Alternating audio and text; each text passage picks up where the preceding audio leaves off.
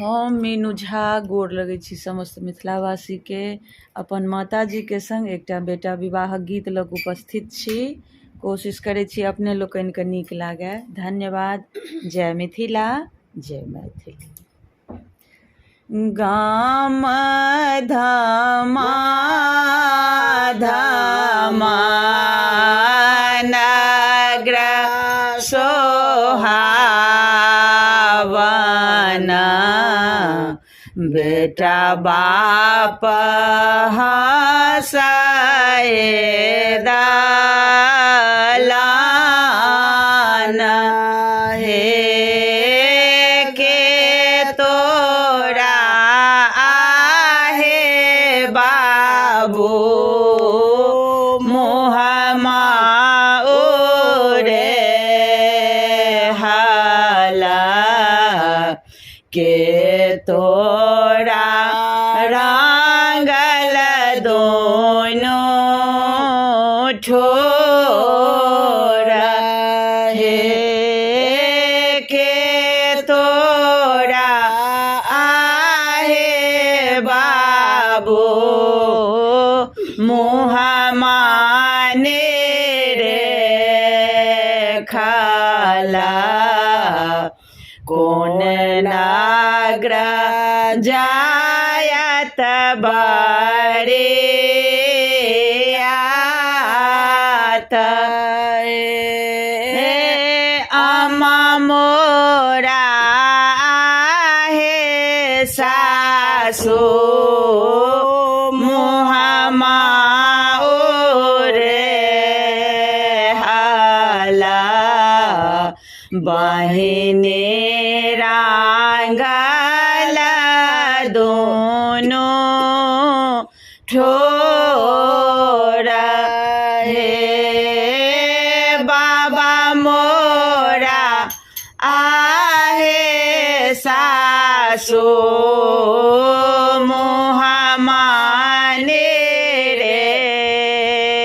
खाला, जनकपुर जायत बरियात, हे कौन बाबा साजला, रे जा मेरे जिया, कौन बाबा साजल बरियात, हे कौन बाबा साजल रहे माला घोड़बा, साजे चला बरियात, हे बड़का बाबा साजल रे जा मेरे जिया, मझला बाबा साजो बरियात, हे छोटका बाबा साजल रहे माला घोड़बा, साजे चला बरियात, हे कोसा गेला दुलवा, दोए कोसा गेला, तेसर कोसा आमा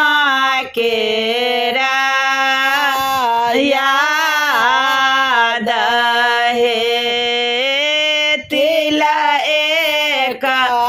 आहे बाबा घोड़ा बेला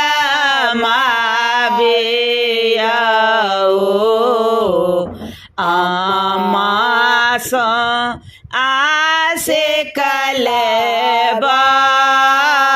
देव ये हमारो आसे का बाबू मने मन भाखो जायते